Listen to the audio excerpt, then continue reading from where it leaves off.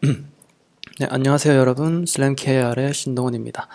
오늘은 스터디의 10번째 시간이 되었는데요. 오늘의 주제는 비주얼 오도메트리 2에서 옵티컬 플로우에 대해 김예찬 님이 지난 시간에 이어서 설명을 해주시고, 그 다음에 백엔드 1에 대해서 칼만 필터와 번들 어저스먼트에 대해 양서현 님과 최종호 님이 발표를 이어서 해주실 예정입니다. 그러면 김예찬님부터 발표를 시작해 주시면 될 것 같습니다.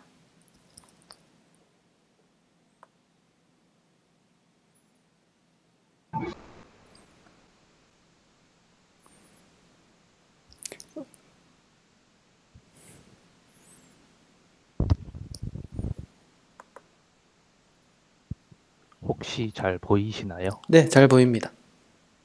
네. 일단 그 발표를 시작하기에 앞서서 제가 저번 주에 개인적인 사정으로 인해 가지고 불참하게 된 것에 대해 먼저 죄송하다고 말씀을 네, 드리겠습니다. 알겠습니다. 네, 일단 제가 오늘 발표할 내용은 이제 옵티컬 플로우고요. 일단 옵티컬 플로우에 대한 인트로에 대해서 다시 한번 저희가 생각을 해보자면, 저희가 예전에 온라인 스터디에서 진행을 하면서 피처 베이스드 메서드와 관련된 것들을 많이 공부를 했었습니다. 근데 이러한 이제 비주얼 오더 배터리의 주류라고 이제 책에서는 말을 하고 있더라고요. 근데 이러한 피처 베이스드 메서드에는 이제 몇 가지 단점이 존재한다고 이야기를 하고, 크게 이렇게 세 가지에 대해서 단점을 이야기를 했었습니다. 첫 번째로는 뭐 특징 추출하고 디스크립터의 이제 계산하는 이제 소요 시간이 크다라는 게 있고, 특징점을 이제 사용하는 경우에 특징점 자체가 아닌 나머지 정보를 이제 무시하는 경우가 있고, 그리고 카메라가 특징점이 없는 어떤 뷰에 존재하게 될 때에 문제가 발생할 수 있다라고 이야기를 합니다. 그래서 이러한 문제점을 이제 극복하자는 관점에서 이제 옵티컬 플로우가 나오게 됐다고 하고, 그 연장선에서 이제 다이렉트 메서드가 이제 탄생하게 되었다고 합니다. 그래서 일단 다이렉트 메서드하고 옵티컬 플로우의 어떤 관계라 한다면, 제가 방금 이야기했듯이 옵티컬 플로우의 연장선에서 다이렉트 메서드가 나오게 되었고, 일단 크게 두 가지의 차이점이라고 한다면, 옵티컬 플로우 같은 경우에는 이제 이미지의 픽셀 모션을 설명하고, 다이렉트 모델 같은 경우에는 카메라 모션 모델고 있습니다. 그래서 이제 제가 옵티컬 플로우에 대해서 일단 어떤 정의를 하기 전에, 옵티컬 플로우 같은 경우에는 시간의 이제 경과에 따른 시간의 픽셀 이동으로 이제 유구 V를 설명을 하고요. 그리고 이때 저희가 목표가 되는 것은 이제 유아구 V의 해를 구하는 것이 됩니다. 그래서 크게 옵티컬 플로우에는 두 가지 방식이 있다고 하는데, 첫 번째로는 덴스 옵티컬 플로우라고 해서 이제 모든 픽셀을 계산하는 게 있고, 두 번째로는 스파스 옵티컬 플로우라고 해서 부분 픽셀을 계산해서 문제를 해결하는 게 있다고 해요.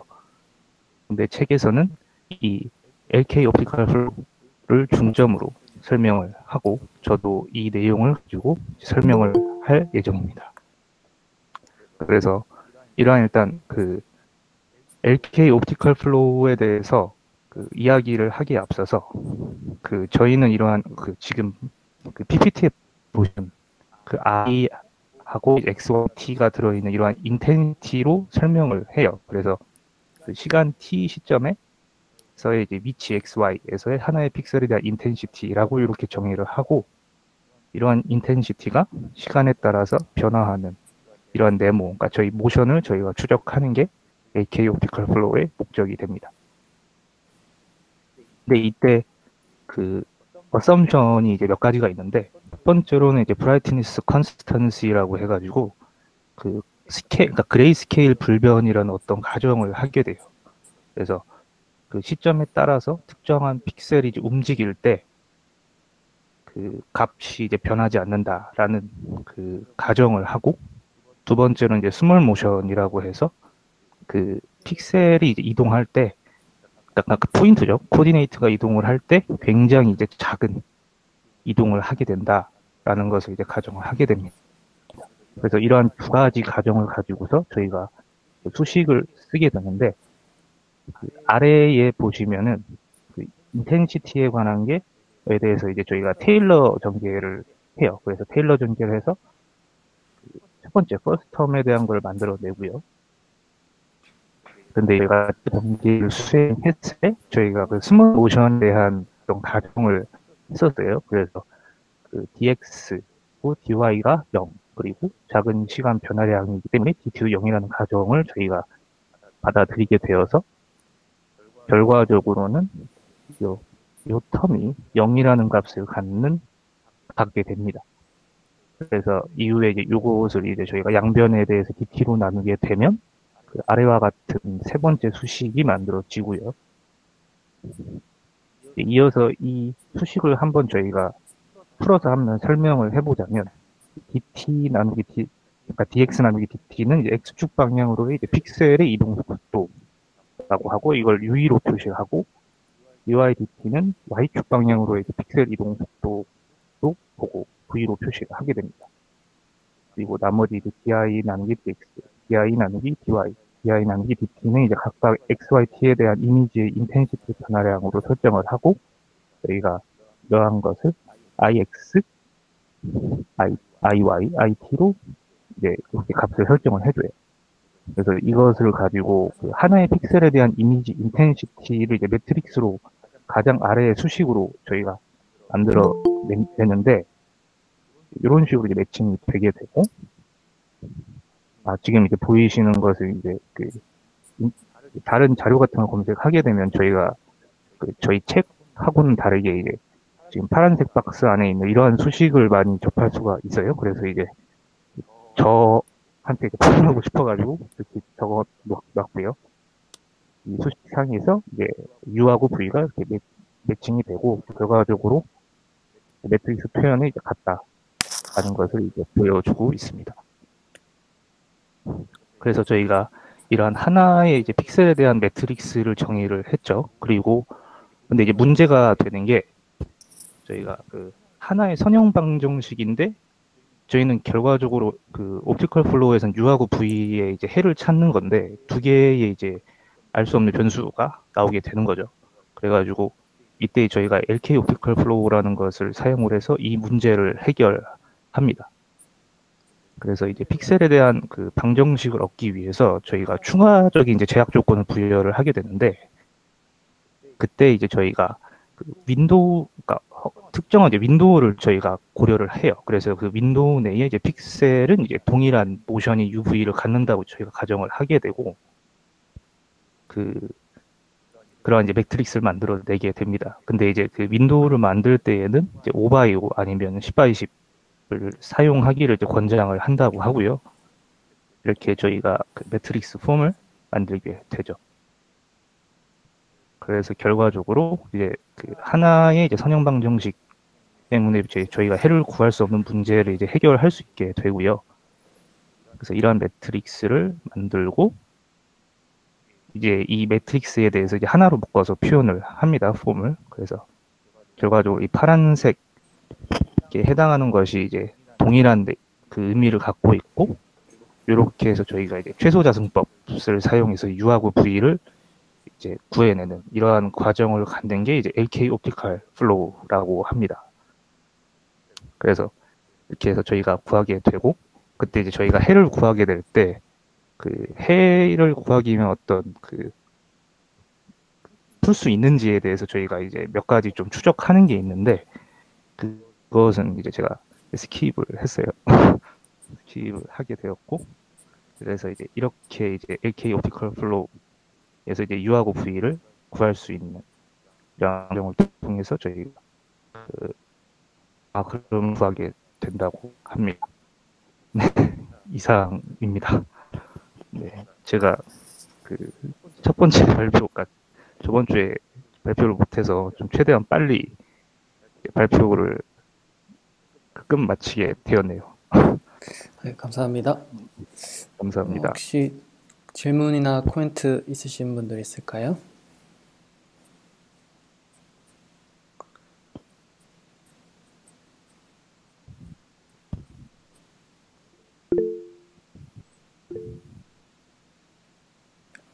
장현기님이 질문 있으신 것 같긴 한데 타이핑 하시나 보네요.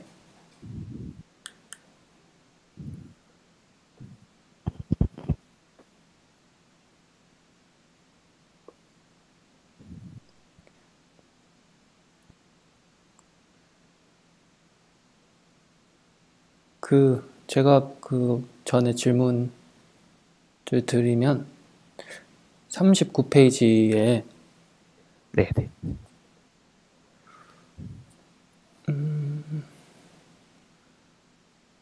그렇죠. 결국은 저 8.6 수식을 푸는 거죠. 네, 그렇습니다. 그리고 X, IY는 그 영상의 그레디언트라고 보면 되죠.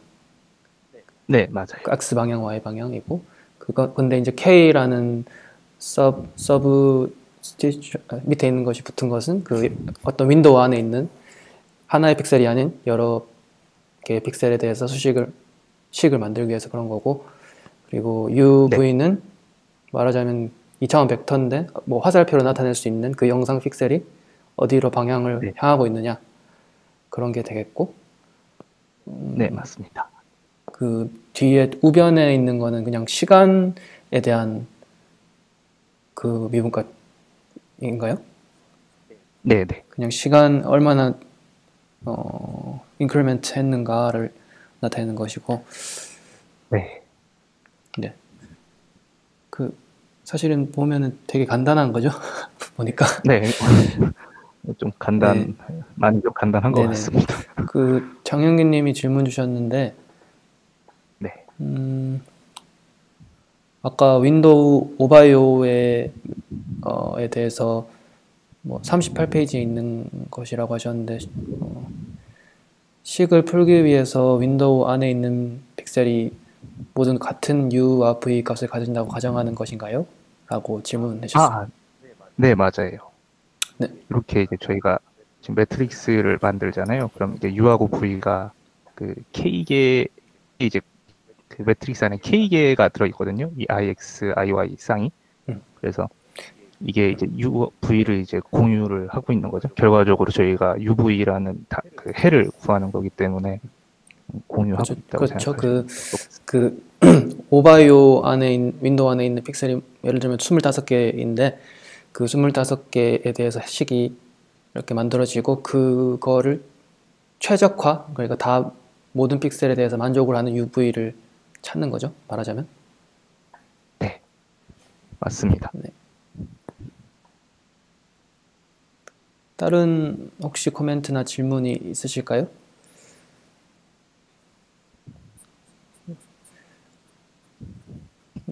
사실은 이게 먼저 나오고 그 다음에 다이렉트 메소드가 나왔어야 되는데 이게 약간 순서가 바뀌긴 했지만 잘 설명해 주신 것 같습니다. 감사합니다.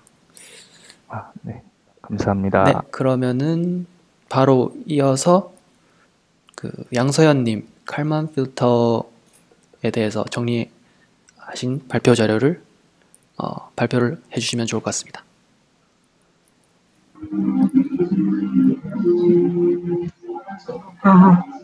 안녕하세요. 들리세요? 네네, 들립니다.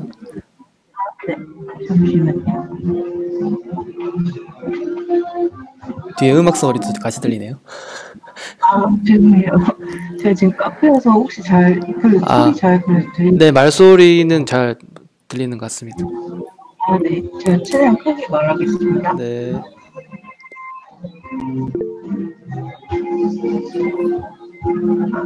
죄송해요. 제가 지금 연수에 와 있는데 인터넷 할 데가 없어가지고 카페에 와가지고 조금 잡음이 들리는데 최대한 크게 말씀드리도록 하겠습니다. 네. 네. 안녕하세요. 저는 양서연이라고 하고요. 오늘 맡은 부분은 칼만 필터에 대해서 비선역 최적화 그리고 백엔드 최적화에 관련된 내용을 발표하도록 하겠습니다.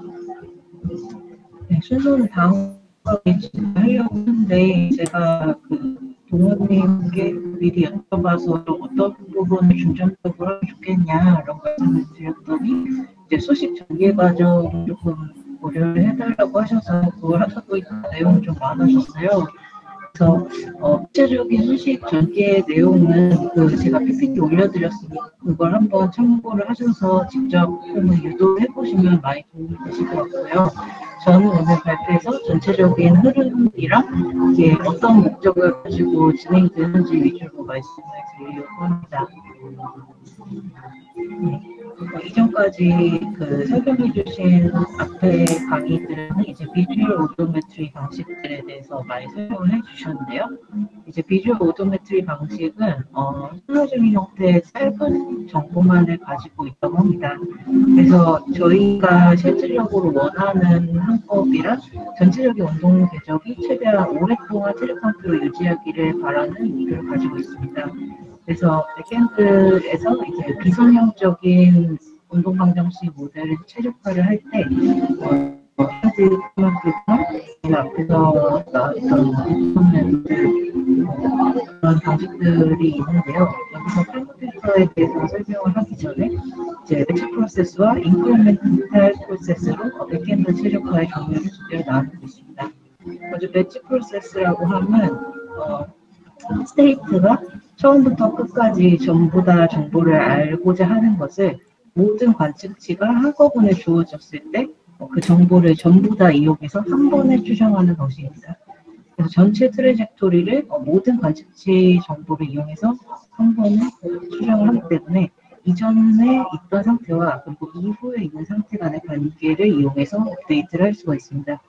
그리고 인크리멘탈 프로세스의 경우에는 배치 프로세스와 다르게 이제 순간순간 들어오는 관측치들을 이용을 해서 업데이트를 하기 때문에 현재 이제 XK를 XK, 그러니까 상태 K를 업데이트를 해야 될 때 K 이전까지의 상태와 그리고 그 이전까지 들어온 관측치들을 이용을 해서 다음 상태를 추정하는 방식을 말합니다.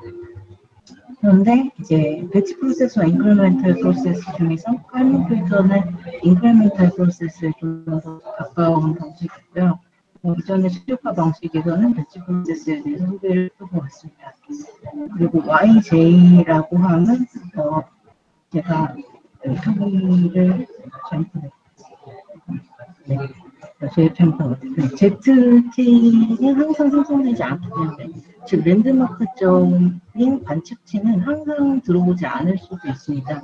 그래서 움직임을 측정할 장치가 없을 수도 있기 때문에 운동 방정식이 없을 수도 있고 몇 가지 관측 방정식으로 구성하는 방식의 경우에는 SQM이라는 방식을 이용한다고 간단하게 설명이 되어 있습니다. 어쨌든 이 장에서는 인크리멘탈 프로세스에 해당하는 칼먼 필터에 대해서 살펴보도록 하겠습니다. 네, 칼먼 필터의 경우 이제 두 개의 방정식이 주력 방정식으로 주어지는데요. 먼저 첫 번째 방정식은 운동 방정식에 해당하는 XK에 대한 방정식입니다.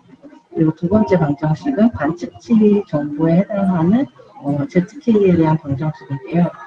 즉 어떤 로봇 같은 것이 있다고 할 때 그 로봇의 이전 상태와 이후 상태에 관련된 함수가 주어지고 이는 그 로봇의 운동을 전적으로 메커니컬하게 표현하는 방정식이고요. H 같은 경우에는 그 로봇에 붙어있는 센서에 들어오는 여기서는 카메라에 들어오는 랜드마크 점들에 대한 정보를 말합니다. 그래서 이 XK와 ZK가 주어졌을 때 만약에 이 XK에 대한 방정식만 이용해서 계속 전개를 하게 된다면 여기에 W에 해당하는 노이즈 값이 계속 축적이 되기 때문에 점점 공분산이 커지는 것을 볼 수 있습니다. 하지만 관측치를 이용해서 지속적으로 업데이트를 해준다면 공분산이 커지지 않고 유지되는 현상을 볼 수가 있습니다. 그래서 이렇게 관측치를 업데이트해주는 방식이 칼먼 필터에 존재를 하게 되고 이 방법을 수식적으로 알아보도록 하겠습니다. 운동 방정식과 관측 방정식이 주어졌을 때 이 뒤에 있는 W 그리고 V항이 노이즈에 해당하는 텀에 해당을 하고 이 노이즈의 경우에는 스토캐스티컬한 밸류이기 때문에 다음과 같이 노멀 디스트리뷰션으로 정의할 수 있습니다. 평균의 경우 노이즈는 둘 다 0이고요. 그리고 W의 경우에는 R이라는 분산을 가진다고 또 V라는 값은 이제 Q라는 분산을 가진다고 정의를 한 가우시안 노이즈를 가져갑니다. 그러면 이제 저희가 알고 싶은 거는 XK-1까지의 어떤 정보들을 토대로 XK의 어떤 확률값을 예측하고자 하는 건데요. 이 예측을 하기 위해서 우리가 생각을 하기를 그 xk-1에서의 그 추정된 상태값을 기반으로 해서 그거를 타임 이 운동방정식에 의해서 트랜지션 매트릭스를 곱하게 될 경우 이것이 그 평균값이 될 것이다. 그 평균값의 노이즈의 경우에는 다음과 같이 업데이트가 될 것이다 라고 예측을 하게 됩니다. 근데 이 노이즈 값의 경우에는 어떻게 그 유도가 되는지 뒤에서 말씀을 드릴 것인데요. XK의 평균값은 방금 말씀드렸듯이 트랜지션 매트릭스와 이전 상태 값의 곱, 그리고 만약에 컨트롤 값이 있다면 넣어줄 값으로 표기를 할 수가 있는데 그 XK 값의 분산의 경우는 이렇게 이전에 추정되었던 그 에러 코베리어스의 값에서 다음과 같은 트랜지션 매트릭스와 그리고 노이즈 매트릭스를 이용해서 표현하게 됩니다. 이거의 그 내용을 조금 더 자세히 들어가서 수학적으로 수식 전개를 하는 부분들을 설명을 드리겠습니다. 여기서 AK, XK 마이너스 플러스 UK, WK 이 방정식에 예제되어 있는 방정식은 바로 마쿠브의 시퀀스 방정식입니다. 즉 현재의 상태가 이전에 축적되어 상태들의 값으로 표기가 될 수 있다는 시퀀스를 표현을 하는데요. 여기서 그 차수에 따라서 first order, second order, nth order 등으로 몇 번째 전 스테이트까지 현재 상태의 관계가 있는지에 따라서 마르코브 시퀀스의 차수가 달라지게 됩니다. 그래서 이렇게 표현을 하게 되는 현재 경우에는 first 마르코브 시퀀스라고 해서 바로 이전 상태의 값에만 관계가 있는 시퀀스입니다. 그리고 논리니어적으로도 이 시퀀스와 관계가 있는 것들을 표현할 수도 있는데 저희가 하고 있는 방식은 이 xk와 xk 플러스 1의 관계가 리니어하게 표현되어 있는 리니어 퍼스트 order 마르코브 시퀀스입니다. 그래서 아까 전에 여기가 A와 W 앞에 값은 지금 매트릭스가 없는데요. 일반적으로 칼कु레이터에서 이렇게 W 앞에도 감마값 같이 이렇게 매트릭스가 붙을 수도 있습니다. 그래서 이렇게 운동방정식을 표현할 수 있고 조금 표기법이 다르기는 한데 같은 운동방정식을 나타내는 매트릭스예요. 그래서 이 매트릭스의 성질들에 대해서 정의를 하고 있고 여기서 특징적으로 보셔야 될 것은 X와 W, 즉 스테이트와 노이즈 간에는 코베리언스가 없다, 관계가 없다는 것과 노이즈의 베리언스의 평균값은 0이다 라는 내용이 있습니다. 근데 이 리니어 가우스 마쿠브 시퀀스가 주어졌을 때 아까 전에 그 코베리언스 값이 왜 이렇게 수식이 되는지에 대해서 말씀을 드리려고 합니다. XK 플러스 1번째 스테이트의 경우 평균을 보여보면 아까 전에 이렇게 이전 스테이트와 가우스 마르코브 프로세서 관계가 있다고 했고 평균 값의 경우에는 이렇게 각각 적용을 할 수가 있는데 이건 매트릭스 콘스턴트니까 그냥 여기만 씌워져 있습니다. 그래서 이렇게 대역적으로 전개가 되고 이 바의 경우에는 평균 값을 의미합니다. 근데 노이즈의 평균은 0이니까 이거는 무시를 할 수가 있고 어쨌든 이렇게 민 값을 표현을 할 수가 있고요. 저희가 일반적으로 말하는 코베리언스라고 하면 현재 상태에서 평균 값에 대한 차이의 그 제곱 혹은 이렇게 x 곱하기 x 트랜스포즈 값의 평균 값을 의미합니다. 즉 분산 값을 구하는 것을 의미하는데요. 이것을 전개를 요거에다가 아까 이런 수식을 대입을 해서 정리를 해보면 아까 방금 전에 말씀드렸듯이 x와 w 간의 코베리언스가 없다는 성질을 이용해서 이거를 전개를 했을 때 x와 w 곱해진 건 다 없어지고 이렇게 x와 x끼리 곱해진 거, w와 w끼리 곱해진 것만 남기 때문에 이렇게 요거를 x, 요거를 w라고 정의를 하게 되면은 이렇게 공분산에 대한 소식을 얻을 수가 있습니다. 이것이 아까 나왔던 이 소식에 해당합니다. 여기서 지금 감마 값이 여기서는 아이덴티티 매트릭스로 정의가 되기 때문에 여기 감마 값이 i라고 생각하시면 됩니다.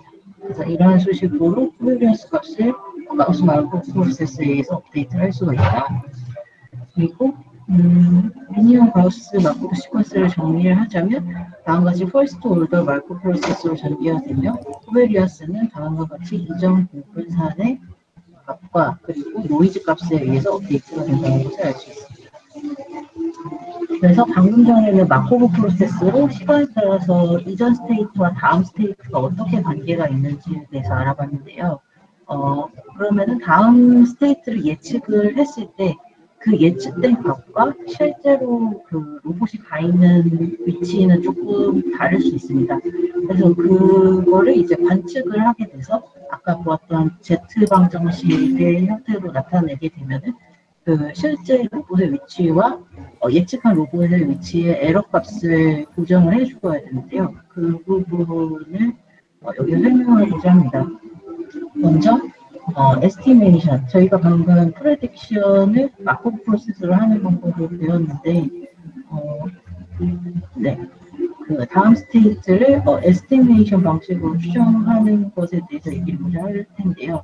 먼저 그 maximum probability of x, x가 그 x 상태를 결정할 때 그 상태가 가장 큰 확률로 결정되는 부분을 이제 모드 값이라고 합니다. 그리고 베리언스가 가장 작은 x값을 선정하기 위해서는 다음과 같이 민 값이 그 미니멈 베리언스를 나타내는 것이라고 합니다. 그리고 그 실제 x값과 추정된 x값 사이에 그 에러 값을 미니마이즈 하는 친구를 구하면 그거는 미디어 값에 해당한다고 합니다. 제가 그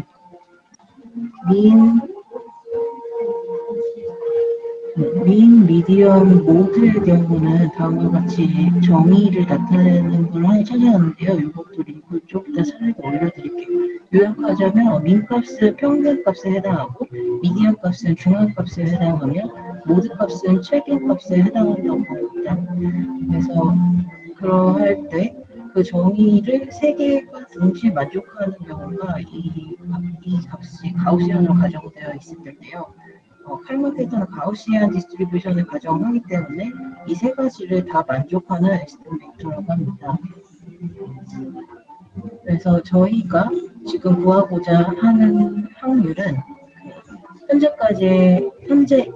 현재 스테이트를 추정하기 위해서 이전까지의 스테이트 그리고 관측치들에 기반하여 추정하는 확률이 라이클리후드 값입니다.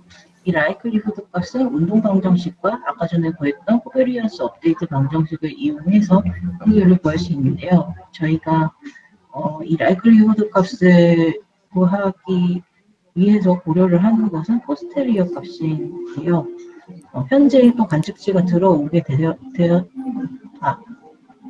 현재 관측치가 들어오게 되었을 때 사후 확률을 나타냅니다. 이거는 그 운동 방정식이 아닌 관측 방정식의 관계가 있기 때문에 이거에 대한 디스트리뷰션을 표현할 수가 있는데 저희가 알고 싶은 것은 라이클리후드 값이기 때문에 이 라이클리후드 값을 전개를 하게 되면 이런 식으로 표현을 할 수가 있고 여기서 여기가 x, 여기가 z라고 보시면 죄송합니다.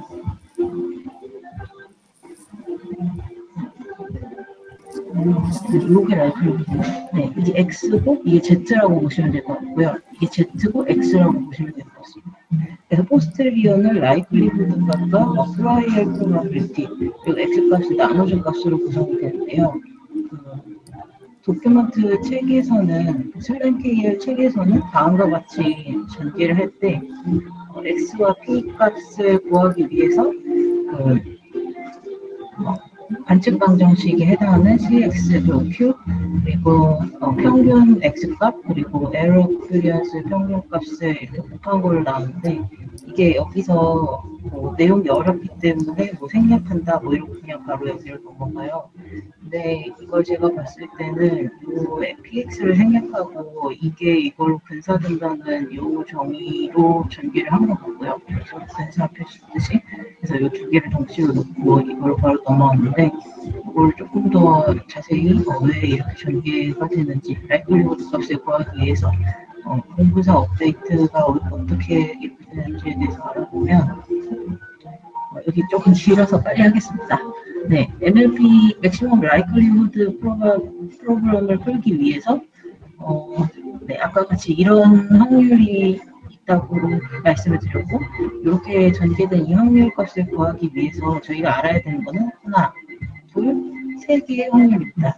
그래서 이 PX의 경우에는 아까 설명했듯이 민 값과 그리고 그 베리언스 값을 M이라고 정의한 가우시안 프로바빌리티라고 말을 한다면 이제 X가 주어졌을 때 Z 값을 추정하는 포스테리어 프로바빌리티의 경우에는 네, X에다가 그 센서에서 볼 수 있는 어떤 관측 매트릭스인 H를 곱해주게 되고 센서의 노이즈 값인 V 코베리언스를 이용해서 정의할 수 있습니다.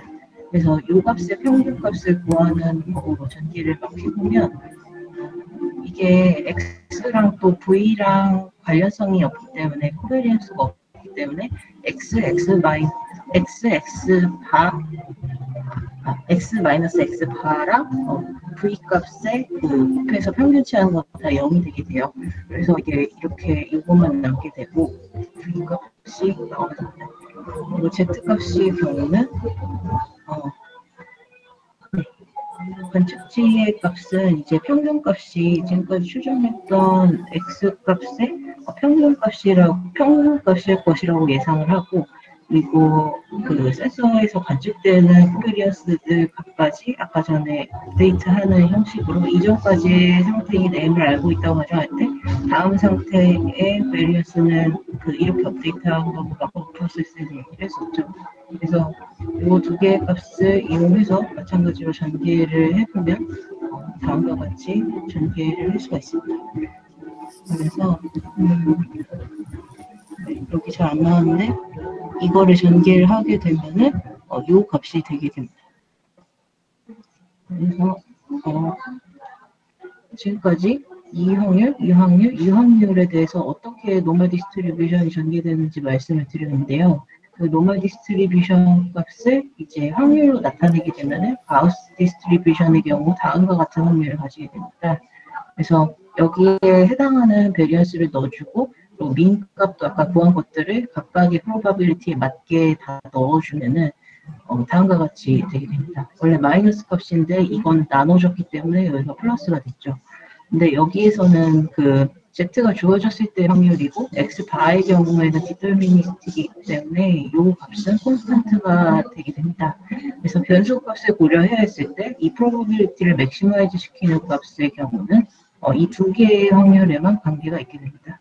그래서 지수 함수를 무시하게 되면은 이 지수 인자 두 개인 부분을 맥시마이즈 한다면 우리가 원하는 이 맥시멈 죄송합니다. 마이너스가 붙어 있기 때문에 이 값을 미니마이즈 한다면 우리가 원하는 맥시멈 라이클리후드 프로그램을 뺄 수가 있게 됩니다. 그래서 요거를 최소화하기 위해서 이제 미분값을 x에 수행을 하는데요.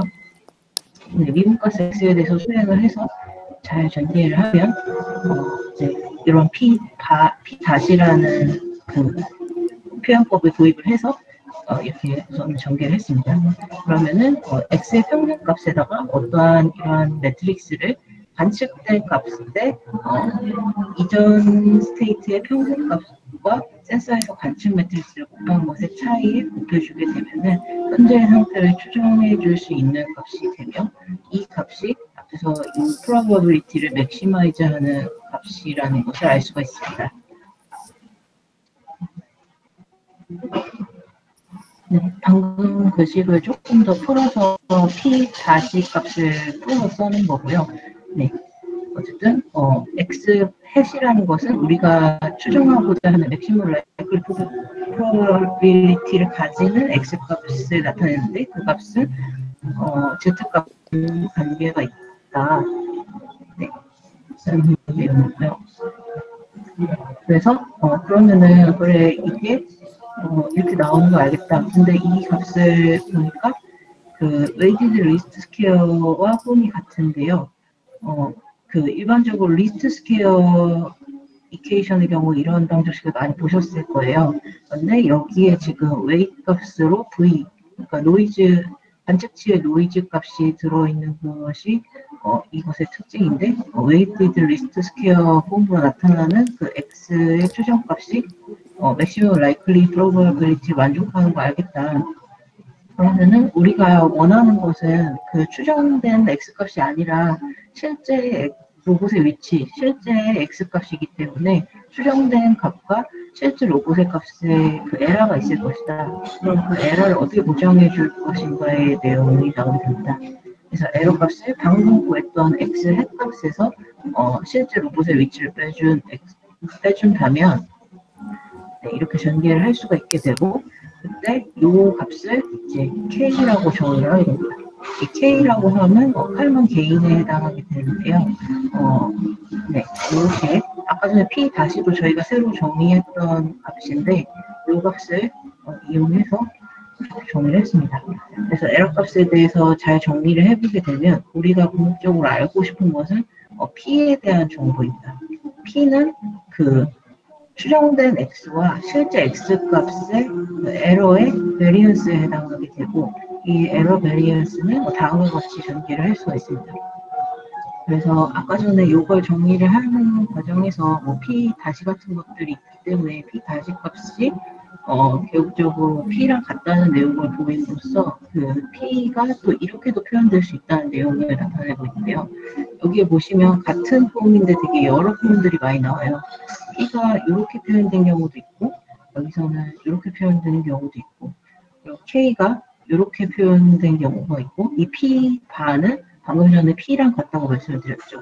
그래서 k가 이렇게 표현된 경우가 있고 k가 p와 이런 관계로 구해지는 경우가 있고 그래서 칼만 필터 방정식의 경우에는 앞서 나온 여러 개의 방정식들을 이용해서 다 한두 개의 폼으로 표현이 될 수가 있습니다. 근데 어쨌든 간에 이 관계를 정리하는 이퀘이션들을 이용하면 칼만 필터 이퀘이션을 표현을 할 수가 있고 결국적으로 저희가 구해내는 디스크릿 칼만 필터 공식은 다음과 같이 되는데요. 칼만 개인을 아까 이렇게 정리를 했었죠. 그래서 저희가 관측되는 그 센서에서 관측되는 값과 이전에 그 추정해 왔던 x의 스테이트 값의 평균 그거를 센서에 들어오는 그 관측치 매트릭스를 해서 에러 값을 빼게 되면 이건 즉 추정된 위치이고 이건 실제 위치에 해당합니다. 그래서 그 두 개의 차이를 계산을 하게 되면은 이제 칼만 개인만큼 곱해줘서 업데이트를 해줘야 된다라는 내용이 지금까지 설명한 내용이고요. 네. 그거에 이제 공분사를 업데이트 할 때는 이런 수식을 아까 전개하면서 얻을 수가 있었습니다. 그리고 타임 업데이트의 경우에는 이거 설명하기 이전에 리니어 가우스 마르코프 프로세스에서 이전 스테이트와 다음 스테이트의 관계란 이렇게 정의될 것이다 라는 내용에서 이전 스테이트에서 다음 스테이트로 갈 때 이렇게 전개가 되며 퍼스트 오더 마르코프 프로세스 그리고 그것의 코베리언스는 다음과 같이 정의가 될 것이다. P의 경우에는 에러 코베리언스로 여기와 연관되는 매트릭스고요. 그리고 W의 경우에는 노이즈 매트릭스로 여기에 좀 빠졌네. 네, 여기에 감마 DW 그 책에서는 감마가 I로 나온다고 말씀을 드렸었죠. 그래서 X에 있는 외란에 해당하는 노이즈 값의 경우 다음과 같이 붙여주게 됩니다. 그래서 코베리언스와 X 값을 타임 업데이트를 하고 메저먼트 업데이트를 하는데 그 과정에서 연결시켜주는 P 값을 이용을 해서 이 두 가지 과정을 반복하게 되면 디스크릿 칼만 필터가 작동을 하게 되는데요. 네, 책에서도 기호는 이게 다르지만 여기서 아까는 이게 W였고 네, 이게 V 값이었습니다. 그래서 기호는 다르지만 같은 내용을 설명하고 있습니다. 예측이 타임 업데이트에 해당하고 업데이트가 그 메저먼트 업데이트에 해당합니다. 그래서 이 두 가지 과정을 반복을 하면 칼만 필터가 작동을 하게 됩니다. 칼만 필터를 다이어그램으로 나타내게 되면 스테이트 값에 외랑 값이 들어오게 되었을 때 상태 업데이트를 해주는 마크업 체인에 관련된 값이 있고, 이게 센서의 이 스테이트가 보이는 매트릭스와 관계를 이용하고 또 센서의 노이즈를 고려를 해서 들어오게 되었을 때 이제 그것에 대한 추정값과 실제 들어온 값의 에러 값을 고정해주면서 최적화된 XK를 찾아가는 것이 디스크릿 칼만 필터에 해당합니다. 디스크릿 칼만 필터의 이유는 컨티뉴어스 칼만 필터가 따로 존재하기 때문인데요. 컨티뉴어스 칼만 필터는 여기서 다루고 있지는 않지만 리아프노프 방정식 등을 풀어서 타임 업데이트와 메저먼트 업데이트를 동시에 수행하는 과정을 거치게 되면 컨티뉴어스하게도 칼만 필터를 풀 수가 있습니다. 그래서 지금까지 설명드린 것이 디스크릿 칼만 필터에 대한 내용인데, 앞서서 설명드린 방정식들은 다 이렇게 선형 형태의 마르코브 프로세스를 가정하게 됩니다. 혹은 선형 형태의 관측치 방정식을 가정하게 됩니다. 그런데 이 두 개의 방정식은 현실 세계에서 선형이 아닐 수도 있습니다. 그래서 이것을 비선형 함수라고 가정을 하게 되면은 이걸 어떻게 풀 것인가에 대한 내용인데요. 디스텐디드 칼만 필터는 그러한 비선형 함수로 표현이 될 때 그거를 어떻게 선형화해서 조금 더 근사하게 표현할 수 있는지에 대해서 정의한 필터입니다. 그래서 이 함수를 만약에 fx가 이렇게 비선형으로 나타내는 원종 방정식이라면 노미널 값에 대해서, 노미널 값이라고 하면 이퀄리브리엄 값에 대해서 테일러 값을 전개를 하겠다는 말인데요. 일반적으로는 저희가 평균, 그러니까 트루 값에 대해서 외랑 값이 노이즈나 변화량이라고 생각을 하시면 될 것 같습니다. 그래서 트루 값에 대해서 어느 정도의 에러 값이 있다고 가정할 때 그것에 대해서 전개를 하게 되면은 이렇게 테일러 급수화해서 전개를 할 수 있는데, 여기서는 1차까지만 전개를 하는 것 같습니다. 1차까지 전개를 하게 되면은 이렇게 데리베이트 항들이 나타나게 되고, 그 데리베이트 항들을 또 다른 매트릭스로 정의를 하게 된다면 다음과 같이 노미널 스테이트로 미분을 하게 되었을 때 여기가 x 다시 되고, 여기가 x 다 플러스 델타 x 다시 되기 때문에 델타 x 다시에 해당하게 되고, 이렇게 전개를 할 수가 있습니다. 그래서 한마디로 이스텐티드 칼만 필터는 그냥 스테이트 x에 대한 방정식이 아니라 데리베이트한 x에 대해서 방정식을 전개하겠으며, 그 데리베이트한 방정식의 경우에는 선형화되어 있다라는 의미입니다. 그래서 이거를 또 다른 x로 정의를 하면 칼만 필터 폼과 똑같이 나오는 것을 볼 수가 있습니다. 마찬가지로 관측치 방정식도 비선형이라고 가정을 하게 된다면 데리베이트 하여서 에러 값에 대해서 전개를 할 수가 있고, 이 데리베이트 항을 또 다른 매트릭스 H로 정의를 하게 된다면 마찬가지로 증분 값에 대해서 나온 방정식을 칼만 필터와 같이 똑같이 선형화해서 이용을 할 수가 있게 됩니다. 네, 그래서 익스텐티브 칼만 필터는 칼만 필터로 사용하는 선형화된 운동 방정식과 관측치 방정식을 이용할 수 없을 때, 실제 환경이 비선형화되어 있는 함수로 구성이 되어 있을 때 그것을 에러 값에 대해서 테일러 값을 전개해서 1차 항만을 고려해서 푸는 필터이기 때문에 다음과 같은 한계를 가지고 있습니다. 네, 첫 번째 거는 EKF만에 해당하는 건 아니고 칼만 필터에도 해당하는 문제인데요. K와 K-1 간의 관계를 퍼스트 오더 마크오브 프로세스로 고려를 하기 때문에 이 방식은 모든 히스토리를 반영하지 못하고 이전 스테이트와의 관계로 반영을 하기 때문에 그거에 대한 오류가 있을 수가 있습니다. 네, 그리고 EKF의 경우에는 칼만 필터처럼 만들기 위해서 퍼스트 오더로 테일러 급수 전개를 했기 때문에 아주 작은 범위에서만 만약에 실제 모델이 강한 비선형성을 가지면 아주 작은 범위에서만 유효할 수 있습니다. 따라서 선형성이 근사화된 모델이라는 걸 염두에 사용하셔야 되고요.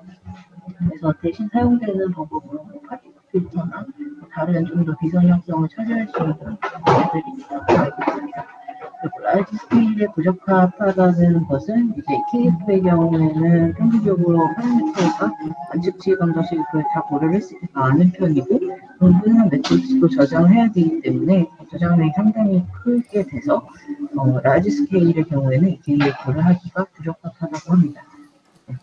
그래서 여기까지가 그 칼만 필터와 익스텐디드 칼만 필터에 대한 내용과 소식을 저희께 해보았습니다.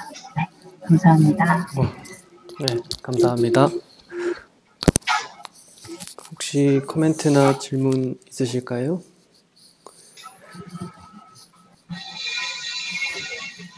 일단 정리를 되게 꼼꼼하게 자세히 해주셔가지고 저도 깊이는 몰랐는데 수식 전개까지 아주 많이 해주신 것 같아가지고 감사드립니다.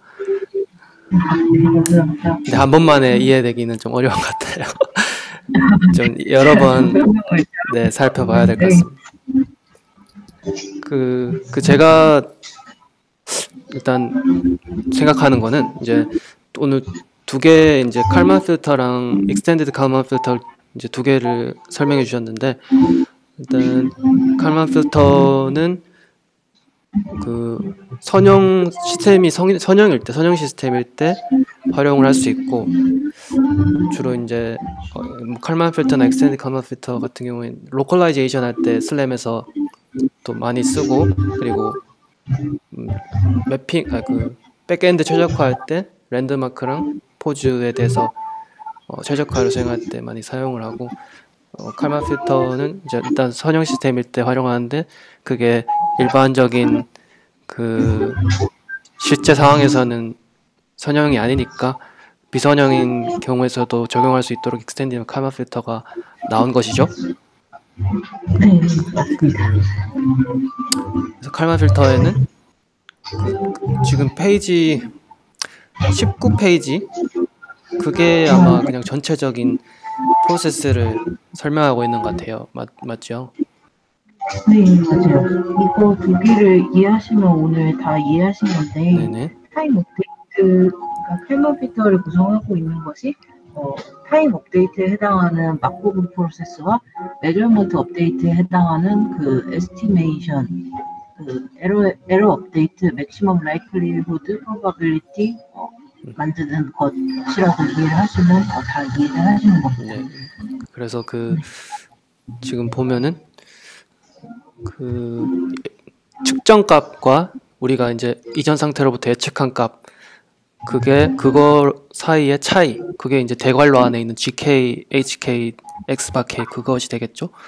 그게 이제 레지듀얼이라서 그거를 X바에다가 더하는데 그 얼마나 더할 것인가를 칼만 게인으로 조절하는 것이죠. 이게 신뢰가 있으면은 이제 많이 하거나 아니면은 신뢰성이 떨어지면은 그냥 이전의 값을 사용하거나 뭐 그렇게 되는 것이고 그래서 그 칼만 게인을 이제 계산하는 게 그 밑에 나오고 그게 중요하게 작용하고 그 다음에 밑에 타임 업데이트 측면에서도 이렇게 하면서 이제 반복적으로 하면서 계속 자신의 로봇의 위치를 추적해 나가는 그런 방법이 되겠죠? 네,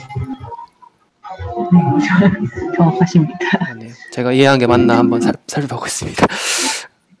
네, 그래서 네,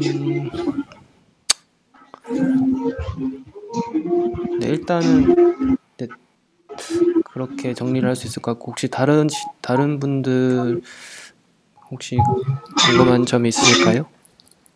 네, 저 하나만 질문할게요. 마지막에 그 익스텐디드 칼만 필터의 어떤 한계점을 설명해 주실 때 K와 K-1 시간 어떤 타임만을 고려한 인크리멘탈한 방식이기 때문에 그 이전 시간대에 대해서 이제 반영을 못한다라는 말씀을 해주셨는데요. 앞서 수식 시작할 때 마코브 시퀀스 부분 이제 이야기해서 결국은 여기에서 N 오더가 언제까지 이런 상태까지를 같이 고려할 것인지를 나타낸다고 말씀해 주셨잖아요. 제가 뭐 상식적으로 다 이해를 못 해가지고 그런 부분일 수도 있는데 칼만 필터에서는 이걸 항상 퍼스트 오더만 쓰는 건가요? 퍼스트 오더를 안 써도 되는데 네. 일반적으로는 퍼스트 오더를 쓰는 거고요. 왜냐면 아까도 말했듯이 TF도 굉장히 그 관측치들이 많은 점이랑 공분사 매트릭스까지 고려를 해야 되는 점, 그리고 업데이트 과정이나 이런 계속 연산을 해야 되는 점들에서 굉장히 계산 네. 노트가 많은데, 네, 이 마이크로 프로세스에서 더 먼 과거까지 고려를 하게 되면은 그만큼의 파라미터가 많이 늘어나게 됩니다. 그래서 이 방정식으로 정의를 하는 이유가 그 모든 시퀀스 간의 관계를 최대한 간소화하기 위함이기 때문에 그것까지 고려하게 되면은 저장해 둬야 되는 값이 많은 거죠. 그래서 네, 제가 알기로는 일반적으로는 퍼스트 오더만 고려하는 것을 알고 있습니다. 그러면은 그 이제 마코브 시퀀스에서 사실 이제 거의 최고 끝의 시간까지 다 고려하게 된다면은 결국은 그게 배치 프로세스랑 같은 개념이 되는 거죠. 네, 근데 여기서 잠시만요. 배치 프로세스랑 마코브 프로세스만 했을 때는 조금 차이가 있을 수 있는데요. 그러니까 네. 처음부터 끝까지 모든 데이터를 만약에 운동방송식으로 고려해서 업데이트하면 다음과 같이 에러가 축적이 될 수가 있는데 배치 프로세스의 경우는 아마도 제가 알기로 배치에다가 모든 방정식을 넣고 리스트 스퀘어로 푸는 걸로 아는데 그렇게 푸는 거는 이렇게 예측하는 방식이 아니기 때문에 좀 더 정확한 해가 나올 수 있는 거는 요거는 한 스테이트에 대해서 다음 스테이트를 계속 누적해가기 때문에 이렇게 끝까지 전개를 하게 되면은 에러가 누적된다고 알고 있습니다. 그래서 네, 이걸 한번 업데이트하고 한 번 리스트 스퀘어 한 번 업데이트하고 한 번 리스트 스퀘어 관측치를 구하고 한 번 업데이트하고 이렇게 하는 건데 그 배치의 경우에 그냥 한 번에 다 요거를 관측치들 다 모아가지고 이 X 값을 구하는 거라고 생각합니다. 아, 네, 감사합니다.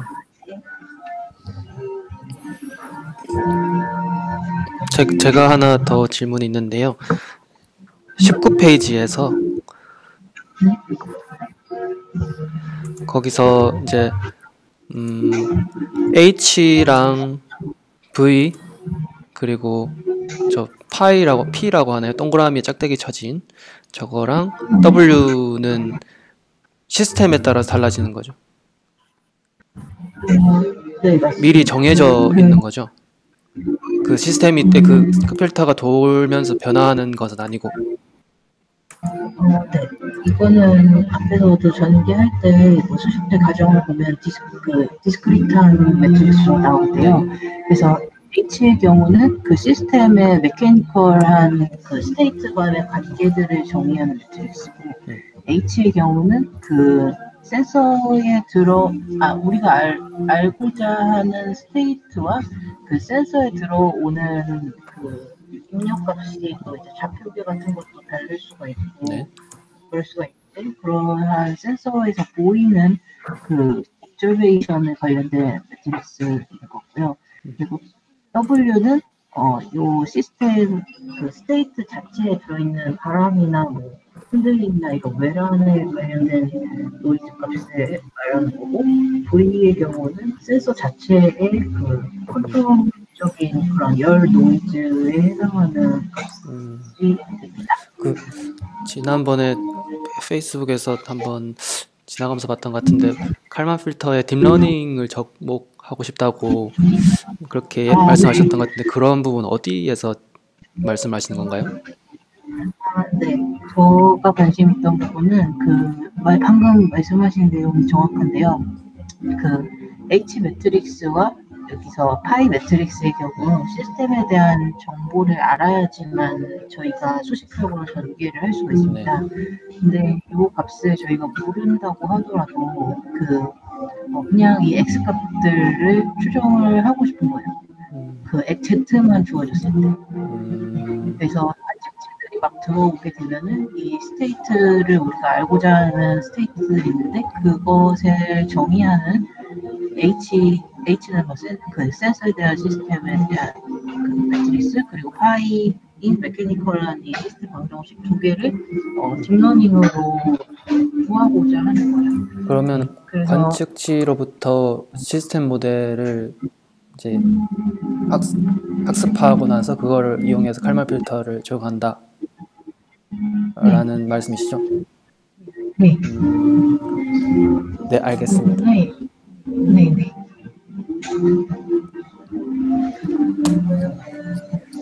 이거 관심 있으시면 저도 아직 못 풀었거든요. 이거를 제가 VA로 네. 노이즈가 지금 칼만 필터의 경우에는 이 매트릭스가 다차원으로 돼 있어서 여러 개의 인풋 노이즈에 대해서 할 수가 있어요. 근데 현재 이런 경우에는 하나의 노이즈에 대해서 VA로 뭐 비디오 시퀀스를 본 정도이기 때문에 이렇게 여러 개의 인풋이 들어올 때를 해보려고 VA를 잔뜩 써가지고 막 해보려 했는데 지금 너무 계산도 많아서 안 되는데 이거 관심 있는 분 저랑 연구 좀 네, 알겠습니다. 나중에 한번 말씀드리도록 하겠습니다. 다른 분들 코멘트가 더 이상 없으시면 발표는 여기까지 하고 다음 마지막 최종호님 발표로 넘어가도록 하겠습니다. 수고하셨습니다, 서현님. 네.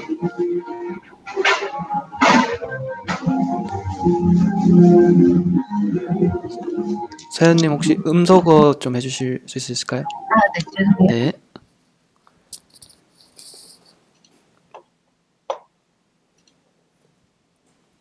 제 목소리 잘 들리시나요? 예, 잘 들립니다.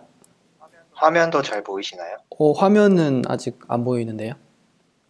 화면 공유를 해주셔야 될 것 같습니다. 네, 잘 보입니다. 네, 안녕하세요. 오늘 번들 어드저스먼트의 발표를 맡은 최종호입니다. 네, 바로 시작하도록 하겠습니다. 먼저 그 BA를 먼저 발표드리기 전에 저희가 7장에서 뭘 배웠는지 한번 리마인드를 해보려고 해요. 그래서 저희가 7장에서 배웠던 게 그 두 영상이 주어지고 두 영상의 특징점에 대한 매칭쌍이 주어졌을 때 이 매칭쌍들로부터 그 상대적인 카메라의 자세를 구할 수가 있었습니다. 그러한 그 기하학적인 매트릭스를 저희가 뭐 펀더멘탈이라든가 에센셜이라고 불렀죠. 그래서 이 둘 간의 카메라 포즈를 계산을 하였고, 여기서 얻은 카메라 포즈를 바탕으로 각 그 특징점의 매칭쌍에 대한 3차원 포인트를 얻을 수 있었죠. 이러한 기법을 이제 트라이앵귤레이션을 활용을 해서 실제 이 3D 공간에 있는 이 점의 값을 계산을 하였습니다. 오늘 말씀드린 이 번들 어드저스트먼트는 그 단 2장에서 그 3차원 포인트랑 그 카메라의 자세를 계산하는 것이 아니라 이렇게 연속적인 이미지들의 쌍이 주어지고 각각의 어떤 매칭 쌍들을 주어졌을 때 이 카메라 포즈의 전체와 이 3차원 점 전체를 최적화하는, 이 조정하는 기법을 저희가 이제 번들 어드저스트먼트라 부르고요. 여기서 보이시는 이러한 하나하나의 라이트 레이들을 이제 번들이라고 부릅니다. 이러한 번들들을 모두 옵티마이제이션 하겠다라는 게 이 기법의 어떠한 목적이 되겠습니다. 그래서 인트로덕션은 여기까지 하고요. 그렇다면 실제 이 기법에서 최적화하고자 하는 코스트 펑션이 주어질 텐데, 이것은 이제 실제 토탈 리프렉션 에러를 줄이는 방향으로 이제 최적화가 진행이 됩니다. 그래서 실제 3차원 공간상의 점이 주어졌을 때 저희가 최종적으로 얻는 이 아웃풋인 2차원 픽셀이 주어질 때 이러한 모델을 우리가 이제 프로젝션 모델이라고 부르게 되겠고, 여기서 이렇게 갈색으로 음영이 처리된 부분이 실제 이 3차원 점이 이미지 안에 투영되는 그러한 과정을 이제 그림으로 표현을 한 것이고요. 이 전체적인 모델을 이 책에서는 H라는 함수로 정의를 하고 있습니다. 실제 H의 인풋은 X가 여기서 보이시는 이 카메라 자세가 되겠고, 이 Y는 그 3차원 점이 되겠습니다. 그때 얻는 2차원 관측 값이 되겠고요. 여기서 말하는 리프로젝션 에러는 무엇이냐면은 여기 보이는 이 G 값은 저희가 뭐 센서나 뭐 다양한 것들로부터 얻은 관측치가 되겠고, 이 H를 통해서 얻은 이 프로젝션된 이 점 간의 차이를, 이 픽셀 단위에서의 이 차이를 우리가 이제 에러라고 정의를 하는 것이죠. 근데 앞에서 봤듯이 BA는 뭐 단순히 뭐 하나의 어떤 값들을 옵티마이제이션 하는 게 아니라 M개의 카메라와 N개의 3차원 포인트에 대해서 이 전체 값을 이제 줄일 수 있게끔 미니마이제이션을 하는 과정이 되겠습니다. 근데 이 관측 모델은 저희가 뭐 많이 배웠듯이 이제 비선형 모델이 되겠습니다. 안에 보시면 이 로테이션 매트릭스 같은 경우가 전형적인 비선형 특징을 갖고 있고, 뭐 이 안에는 뭐 나눗셈 연산들이 들어가기 때문에 저희가 여기서 넌리니어 옵티마이제이션을 활용을 해야 합니다. 넌리니어 옵티마이제이션 같은 경우에는 초기 값에서 시작해서 이 코스트 펑션이 줄어드는 방향으로 이 안에 있는 크 사이와 이 P의 값을 점점 조정해 나가는 방향으로 저희가 미니마이제이션을 수행하는 것이죠. 네, 그래서 우리가 그 조금씩 업데이트할 그 변수를 정의를 할 텐데, 이 X라는 이 매트릭스는 안에 일종의 스택 형식으로 되어 있고, 이 앞부분이 이 카메라 포즈에 대한 변수들이 되겠고, 이 뒷부분이 이 3차원 포인트에 대한 점이 되겠습니다. 그래서 이 부분을 XC, 그 다음에 XP라고 이렇게 부를 것이고요. 그 다음에 실제 이제 값들을 조금씩 업데이트를 해야 되는데, 이제 업데이트 모델은 저희가 이제 7장에서도 배웠습니다.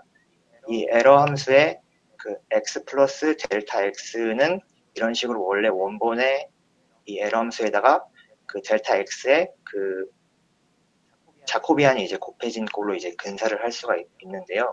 실제 이 J는 이 책에서 F와 E로 구성이 되어 있다고 표현을 하고 있습니다. 이 F는 이 코스트 펑션에 대한 카메라 포즈로 편미분한 것을 의미하고요. E는 3차원 점으로 편미분한 것을 의미합니다. 실제 이 F와 E가 어떠한 실제 값을 갖고 있는지는 저희 그 슬램 7.73절을 참고하시면 아주 자세하게 그 증명 뭐 시기 유도가 되어 있습니다. 거기를 참고하시면 될 것 같고요. 네, 이제 실제 그 이러한 모델을 10.42에다가 이제 증가분을 이제 추가한 형식으로 이제 표현을 하게 되면은 이제 이런 식으로 이제 표현을 할 수가 있습니다. 근데 이제 이러한 그 리스트 스퀘어 이러한 값들을 어떻게 우리가 이제 계산을 할 것이냐에 대한 문제가 있는데요. 이 논리니어 리스트 스퀘어에서 많이 쓰는 방법들이 이제 뭐 가우스 뉴턴이나 이제 레번버그 마커트 방법을 활용을 하면은 이 10.44에서 10.48에 대한 이 점진적 방정식을 얻을 수 있습니다. 책에서는 이렇게 표현을 하는데 논문에서는 이러한 식을 이제 노멀 이퀘이션이라고 표현을 하고 있고요. 여기서 일로 아래로 가는 과정은 이제 6.2절을 보시면 이제 자세하게 나와 있습니다. 그래서 이 두 방법 간의 차이는 이 앞에 보이시는 이 H 매트릭스는 이 코스트 펑션을 이제 2차 미분한 매트릭스가 되겠는데요. 이 2차 미분한 이 매트릭스를 우리가 어떻게 해석할 것인가에 대한 단순한 그 차이라고 생각하시면 될 것 같습니다. 네, 그래서 실제 이 H를 바라보는 방법을 일단 가우스 뉴턴으로 예를 들자면은 이제 H는 이제 JTJ 형태로 구성이 될 것이고 실제 이와 같은 값으로 구성이 될 것입니다.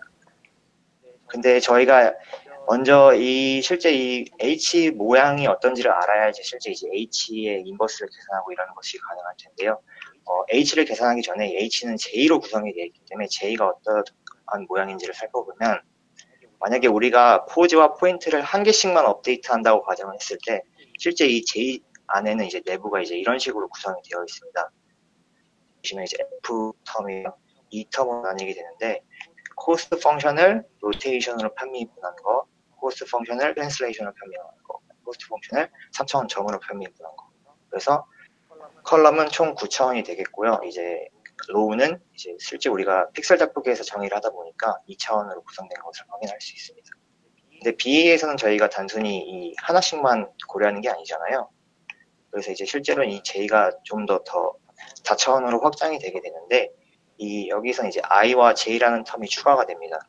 그래서 JIJ가 의미하는 것은 뭐냐면은 3차원 점 PJ가 로봇의 그러니까 i번째 카메라에서만 보이는데, 이 말은 뭐냐면 i번째 카메라 포즈와 j번째 랜드마크에서만 보이고 나머지 변수의 미분은 모두 0이라는 것을 보여줍니다.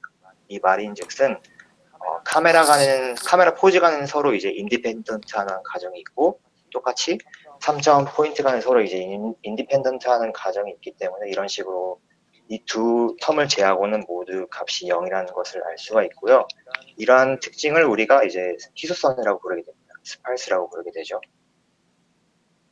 네, 그래서 이러한 J의 성질을 통해서 이제 H를 유도하게 되는데, 실제 이 H도 이제 J가 이러한 꼴을 갖기 때문에 H도 역시도 이 희소성의 성질을 갖게 되는 거죠. 그래서 J가 이 I와 J에서 0이 아닌 값을 가질 때 실제 H는 II와 IJ, JI, JJ 텀에서만 0이 아닌 값을 갖게 됩니다. 실제 이걸 이제 간단한 이제 예시로 설명을 드려보면은, 여기 보이시는 이 그림은 두 개의 카메라가 있고 이제 6개의 3000점 포인트가 있고, 이 엣지는 실제 이 카메라에서 특정한 점이 보일 때 엣지가 형성이 되게 됩니다. 그래서 여기 보이시는 이 J11은 첫 번째 카메라에서 첫 번째 포인트가 보였다는 것을 의미하기 때문에 이 첫 번째 카메라와 첫 번째 포인트에서만 0이 아닌 값을 갖고 나머지는 다 0이 되는 거죠. 그리고 다른 이 카메라 두 번째 보이시는 카메라 두 번째에서 세 번째 포인트가 보이시면 이런 식으로 C2와 P3에서만 값을 갖고요. 그래서 이 J를 통해서 이제 H를 만들게 되면은 이제 이와 같은 이제 매트릭스를 얻게 되고, 실제 이런 건 이제 4개의 또 블락 매트릭스로 나눌 수 있는데, 이 4개 매트릭스는 일종의 어떤 특질이 있는데요. 이 H11을 보게 되면 H11은 카메라와 카메라로 구성된 대각 블록 행렬이고요. 이 각각의 스몰 대각은 6x6의 블록으로 구성이 되어 있습니다. 그 다음에 H22의 경우에는 포인트와 포인트로 구성된 대각 블록 행렬이고, 이 각각의 스몰 블록들은 3x3 블록들로 이루어져 있습니다. 그 다음에 그 외에 이제 보라색으로 표현된 이 부분은 이 옵저베이션에 따라서, 여기서 말하는 옵저베이션이란 무엇이냐면은 실제 이 카메라와 포인트들 간의 엣지 관계가 어떻게 형성되느냐에 따라서 이 안에 있는 내부가 0으로 스팔스할 수도 있고 덴스할 수도 있는 어떤 그런 형태가 되겠습니다.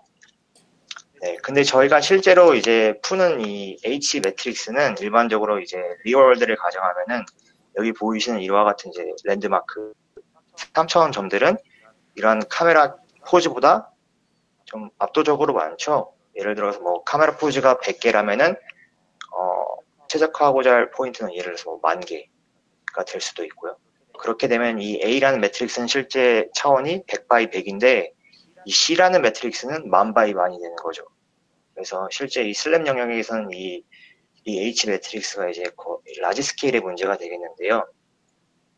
저희가 이제 계속 이 H를 설명드리는 이유는 이 노멀 이퀘이션을 풀기 위해서는 이 H의 인버스를 계산을 해야 됩니다. 근데 이러한 라지 스케일의 매트릭스의 인버스를 계산하는 거는 상당히 계산적으로 양이 엄청 많이 필요하잖아요. 그래서 이러한 문제를 해결하기 위해서 이제 몇 가지 전략이 필요합니다. 첫 번째 전략이 바로 이 슈어 보수를 활용하는 것인데요. 앞에서 봤던 이 선형 시스템을 연산량을 좀 줄이는 방향으로 가는 게 이제 슈어 보수가 되겠습니다. 그래서 슈어 보수의 큰 스킴은 이제 먼저 이 델타 X를 한 번에 계산하는 것이 아니라 델타 XC를 먼저 계산하고 그 값 델타 XP를 계산하는 것입니다. 근데 이 슈어 보수를 활용을 하면은 실제 이 순서가 바뀌어도 상관없습니다. 델타 XP를 계산하고 나서 델타 XC를 계산해도 되는데, 왜 델타 XC를 먼저 계산하냐면은 이 앞에서 보셨듯이 이 C의 전체를 계산하는 것보다 이 A의 이 구조가 더 작기 때문에 이 A에 해당하는 이 XC를 먼저 계산하는 것이 계산적으로 더 유리하다는 측면에서 이 XC를 먼저 계산하는 것이죠. 그래서 이 앞에 있는 이 과정을 forward substitution이라 부르고, 그 이후에 있는 과정을 backward substitution이라 부르게 됩니다. 그래서 먼저 이 전진 대입에 대해서 살펴보게 되면은, 전진 대입의 목적은 여기 보이시는 이 매트릭스를 이제 0으로 만드는 것인데요. 이 0으로 만들기 위해서 이 양변에다가 양측에다가 이제 행렬 곱을 하게 됩니다. 이 핑크색으로 표시된, 그러면 저희가 보이시다시피 이렇게 0로 소거된 것을 확인할 수 있고요. 이러한 과정을 일종의 마지널라이제이션이라고 부르기도 합니다. 네, 그래서 이제 첫 번째 방정식에 대해서 우리가 이제 계산을 하게 되면은 우리가 원했듯이 이제 실제 식에서 이 XP가 소거된 것을 이제 확인을 할 수가 있는데요. 여기 보시는 바와 같이 XP가 지금 없잖아요. 그래서 이제 오로지 그 델타 XC에 대한 방정식으로만 이제 구성이 되었기 때문에 우리가 이제 이거를 풀면 되는 거죠. 그래서 이제 이 앞에 보이신 이 델타 XC의 이제 블락 코에피션트를 우리가 슈 컴플리먼트라고 부르고, 이 C에 대한 슈 컴플리먼트라고 부릅니다. 네, 그래서 이제 실제 이제 미지수는 이제 델타 XC인데 이제 B, E 트랜스포즈랑 여기 있는 값들은 다 주어진 것이기 때문에 단순히 대입을 하면 되는 것이지만, 지금 보이시는 이 C의 인버스를 과연 계산하는 것이 쉬운가에 대한 문제가 있습니다. 이 C는 이제 포인트와 포인트로 구성된 이제 포인트 대각 행렬이 되겠는데요. 실제 이것을 계산하는 어렵다고 하지 않습니까? 아까 제가 예를 든 게 이건 이제 만바이 만의 매트릭스라고 설명한 적이 있었는데, 이 실제 대각 블록 행렬이면은 이 각각의 이 대각 스몰 블락들을 독립적으로 계산을 할 수가 있습니다. 그 말인즉슨 이거에 대한 전체 인버스를 계산하는 것이 아니라 이 각각의 스몰 블락들은 3x3으로 이루어져 있는데, 단순히 우리가 3x3 매트릭스를 인버스 하듯이 그런 식으로 연산 오퍼레이션이 가능하다는 거죠. 그래서 이 전체를 계산하는 것을 작은 단위로 쪼개서 하다 보니까 실제로 이 C의 인버스를 계산하는 것은 그렇게 어렵지 않다라는 관점이고요. 이것을 계산해서 이제 델타 XC에 대한 값을 얻을 수가 있는 것이죠. 이게 이제 앞에서 설명했던 이제 포워드 서브스티튜션에 대한 이야기고요. 그 다음이 이제 우리가 얻고자 하는 건 이제 카메라 포인트에 대한 증가분을 계산하는 것인데요. 이제 두 번째 방정식을 풀게 되면은 이제 이런 식으로 얻을 수가 있게 됩니다. 이 C 인버스는 앞에서 계산했고, 델타 XC도 이미 계산을 했고, 나머지도 다 주어진 값이기 때문에 여기서는 그냥 단순히 연산만을 통해서 델타 XP를 구하면 됩니다. 그래서 이 전체적인 과정을 backward substitution이라 부르게 되고요. 네, 이게 이제 첫 번째 전략이 되겠습니다. BA의. 그 다음에 이제 두 번째 전략은 무엇이냐면은, 앞에서 이제 저희가 슈어 컴플리먼트를 통해서 라지 스케일의 어떤 그런 문제를 좀 작은 단위로 쪼개서 연산량을 줄였지만, 실제 저희가 이것은 이제 forward substitution에 의해서 나온 그 식인데, 이걸 이제 간단하게 표기하면 이제 여전히 이건 리니어 시스템이죠.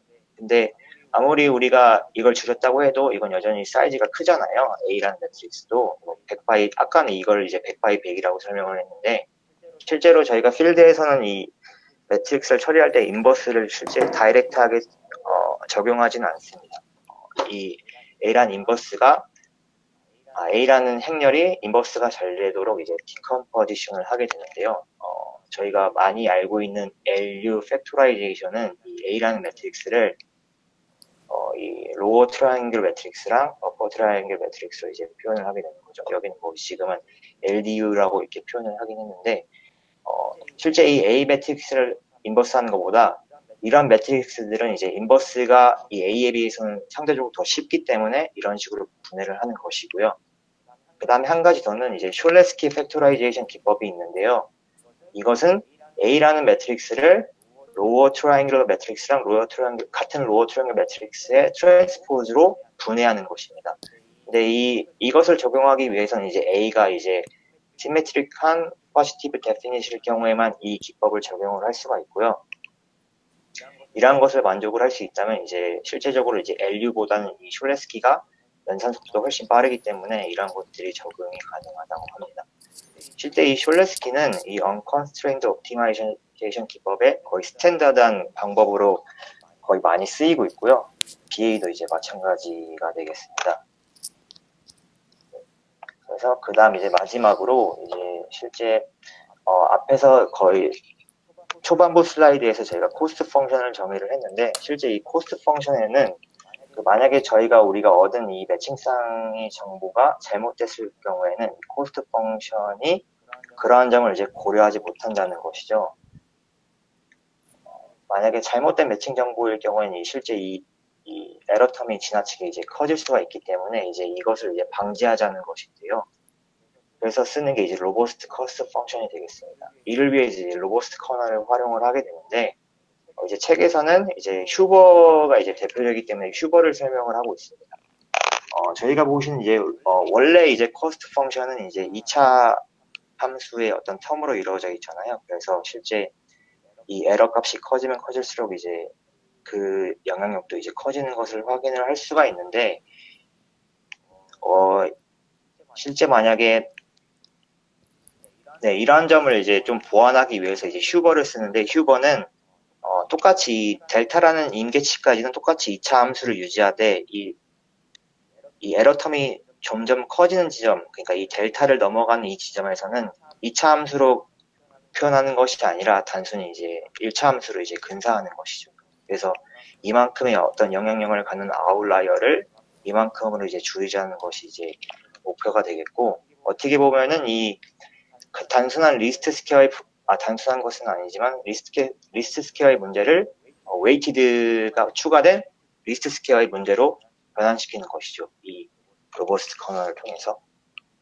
네, 이런 식으로 해서 이제 BA를 풀기 위한 이제 몇 가지 전략들이 있는데, 실책에서는 소개되지 않았지만 BA의 거의 교과서라 할 수 있는 그 번들 어저스트먼트 논문에서는 이거 외에도 프리컨디셔닝이라든가 스케일링 기법들도 설명을 하고 있고요. 지금 앞에서 설명드렸던 이 가우스 뉴턴 기법은 이제 2차 미분에 기반한 기법이 되겠는데, 그 외에도 이제 1차 미분에 기반한 이제 옵티마이제이션 기법들도 논문에서 소개가 되고 있습니다.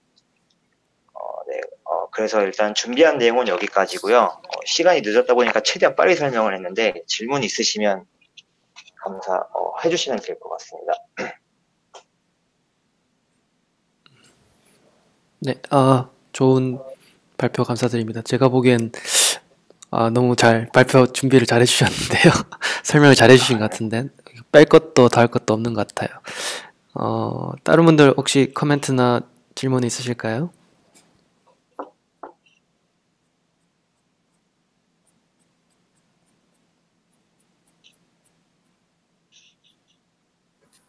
안녕하세요. 제가 질문 하나만 할게요. 그 5페이지에서요.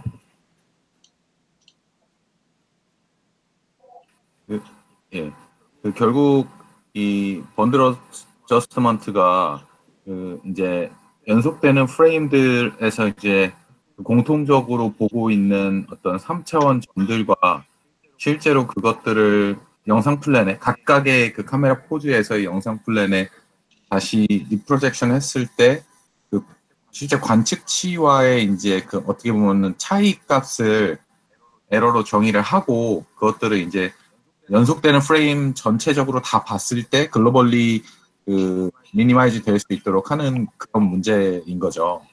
네.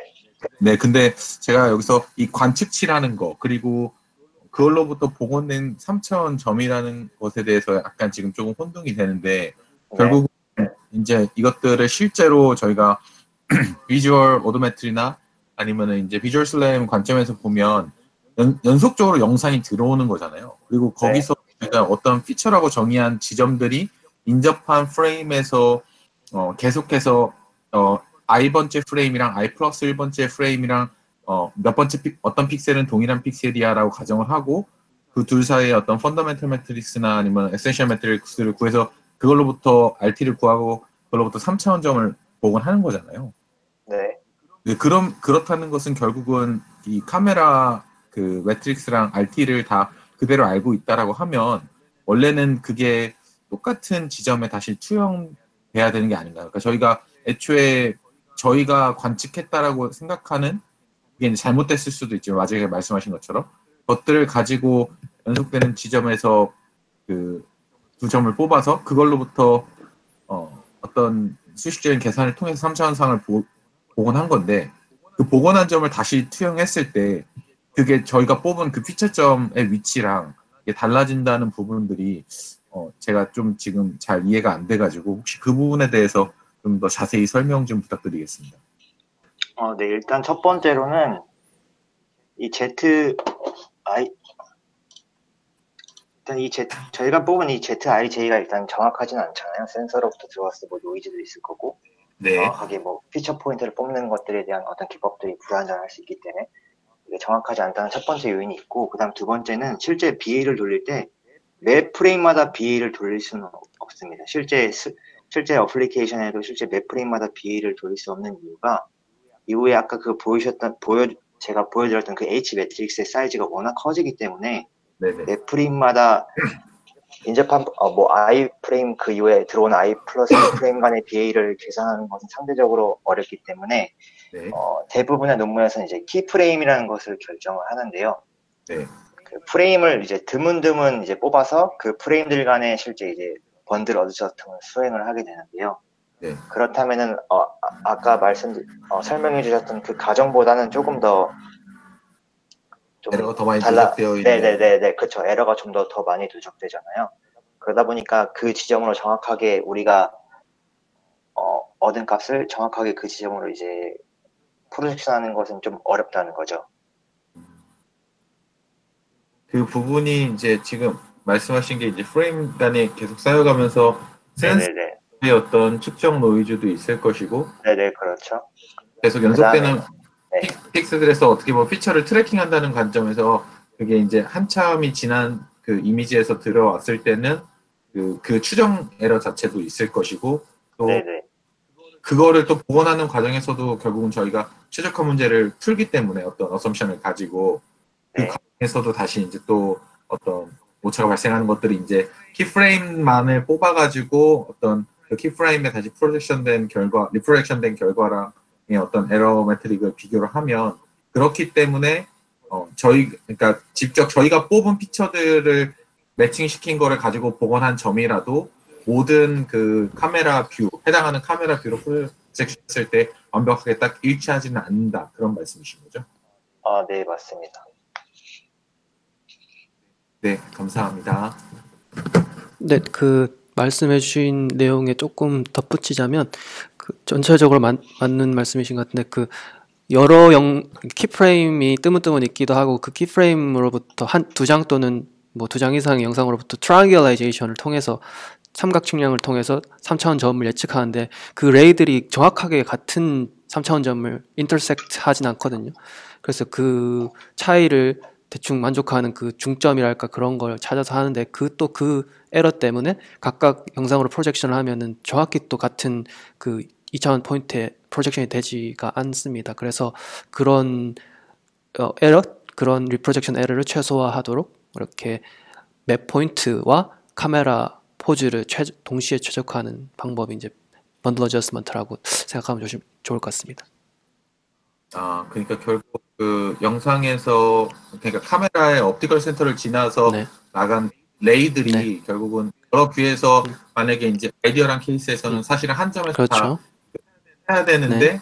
그게 실질적으로는 그렇게 계산이 안 되기 그렇죠. 때문에 뉴메리컬하게 풀 거고, 네네. 그래서 그 인접한 어떤 바운더리를 설정해가지고 그 안에서 이제 한 점을 정하기 때문에 그것을 실제로 리프로젝션 했을 때는 정확하게 원래 레이를 지났던 그 픽셀 위치로 다시 수정이 안 된다는 말이죠. 네, 맞습니다. 정확합니다.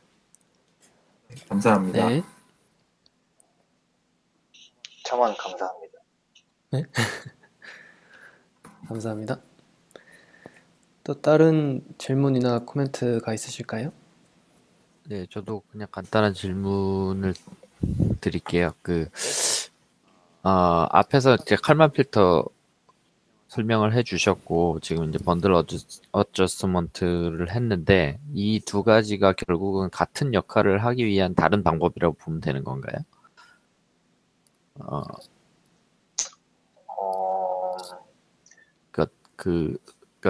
비주얼 슬램. 네, 맞습니다. 네, 어떻게 생각하면 맞습니다. 네. 이게 지금 전체적으로 이 카테고리가 백엔드 첫 번째 이게 네네. 해당하는데, 그 프론트엔드에서는 피처를 뽑고 피처와 코레스폰던스 매칭시키고 그런 관계를 다루고, 그 밑에 패러럴하게 백엔드에서 그런 랜드마크와 카메라 포즈를 동시에 그런 최적화하는 그 전체적인 그 구성을 찾는 거죠. 네. 그런 관점에서 이제 칼만 필터와 이 번들 어저스먼트가 많이 활용됐는데, 근데 예전 정말 이제 그 초기에는 익스텐디드 칼만 필터 슬램 같이 그런 류로 필터 기반의 방법들이 많이 활용이 되는데, 이게 그 아까 설명해 주셨던 것처럼 그게 라지 스케일이 됨에 따라 좀 어렵고 최적화하기 어렵고 그런 문제가 또 있어서 이게 필터 그 번들 어저스먼트, 그러니까 리스트 스퀘어 기반의 이런 최적화 방법으로 좀 옮겨오게 되었고, 그런 논문도 네. 있고요. 그 두 개를 비교했을 때 어느 게 더 낫냐라는 거를 했을 때 이제 뭐 번들 어저스먼트가 조금 더 뭐 계산량에 유리하고 뭐 그런 이점이 있다라는 논문이 있습니다. 네. 자, 알겠습니다. 네, 감사합니다. 네. 감사합니다. 좀 전에 그 광희님께서 질문해 주신 거에 대해서 조금 더 이어서 하나 제가 궁금한 점이 있는데요. 네. 그러면은 이 두 가지를, 그러니까 그 칼만 필터 같은 경우에는 인크리멘탈하게 거의 아주 작은 그 움직임에 대해서, 그러니까 인접하는 시간대에 대해서만 계속 최적화를 하는 방식인데 비해서 지금 번들 어저스먼트 같은 경우에는 꽤 여러 키프레임들을 모으기 때문에 꽤 어느 정도의 시간마다 이제 한 번씩 그 최적화를 해주는 그런 기법인 걸로 제가 이해를 했는데, 그러면은 두 개는 동시에 사용 같이 안 한다는 말씀이신 거죠? 사용은 할 수 있을 것 같은데 그런 예제를 아직은 제가 못 본 것 같기도 하고요. 있을 것 같긴 합니다. 일단 로컬라이제이션 관점에서 또 활용하고, 로컬라이제이션 관점에서 그냥 칼만 필터를 활용하고, 백엔드에서 최적화하는 관점에서 이 BA를 사용할 것 같긴 한데, 두 개를 동시에 이제 백엔드에서 최적화하는 걸로 해서는 사용을 하지 않을 것 같아요. 그러니까 목적성에 있어서 제가 느끼기에 번들 어저스먼트는 어쨌든 일정 그 시간이 지난 다음에 그 이전 것들을 한꺼번에 다 근데 최적화. 예, 그런 것도 맞는데 제가 알기로는 ORB에서는 네. 투뷰인 경우에도 번들 어저스먼트를 사용하는 걸로 알고 있어요. 그냥 ORB 예, 슬램 2? 예, ORB 슬램 2에서 이제 인접한 네. 프레임의 경우에서도 일단 가벼운 버전의 번들 어저스먼트가 그런 게 있어가지고 그냥 투뷰 경우에서도 이렇게 부분적으로 최적화를 하고, 실시간성을 그 확보하면서 한다는 말씀이죠. 네, 그게 제가 분석했던 걸로는 그렇게 투뷰에서도 하고, 이제 나중에 윈도우 어떤 임의의 범위 안에서도 하고, 나중에 정말 이제 그 예를 들어서 루프 클로저라는 그 개념이 들어와서 정말 큰 스케일의 맵을 최적화할 때도 풀 번들 어저스먼트인가 그게 함수가 따로 있었는데, 그런 그 적용 시나리오 크기에 따라 조금 더 구성하는 내부적인 알고리즘 다르겠지만 일단 번들 어저스먼트를 전체적으로 사용을 하는 걸로 알고 있습니다.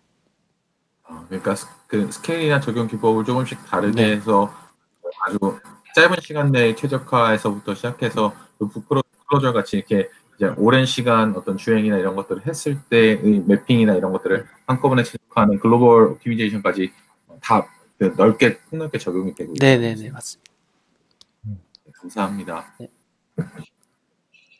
실제 활용 가능한 예시를 한번 생각을 해보면은 자동차의 경우에는 워낙 이동하는 속도가 빠르잖아요. 뭐 초 단위로. 그러다 보니까 뭐 거의 짧은 타임에서는 UKF나 EKF를 통해서 어떤 그 포즈나 이런 것들을 추정을 하고, 전체적인 시스템이나 아니면 뭐 시간을 어느 정도 묶어놓은 그 타임셋에서는 번들 어드저스먼트를 많이 적용하는 걸로 알고 있습니다.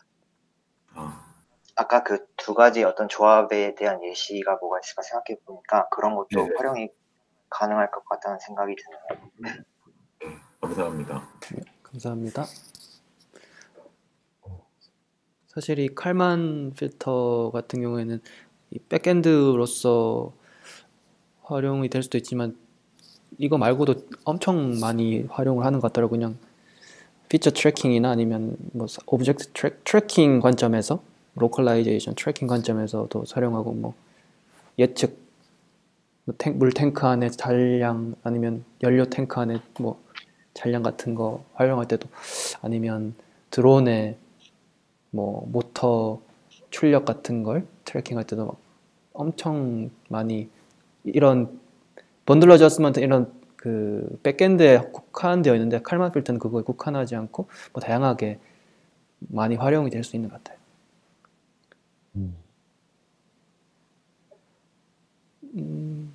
그러면 추가적인 코멘트가 없으시면 여기까지 하도록 하겠습니다. 거의 1시간 반을 했고요. 다음 주 일단 발표해 주신 최정훈님 감사드립니다. 네, 감사합니다. 네, 그래서 다음 주에는 백엔드의 두 번째 카테고리에 대해서 설명을 드릴 텐데 그래프 베이스드 슬램과 포즈 그래프 옵티마이제이션에 대해서 제가 발표를 할 예정입니다. 네, 그럼 오늘 모두 수고하셨습니다. 감사합니다.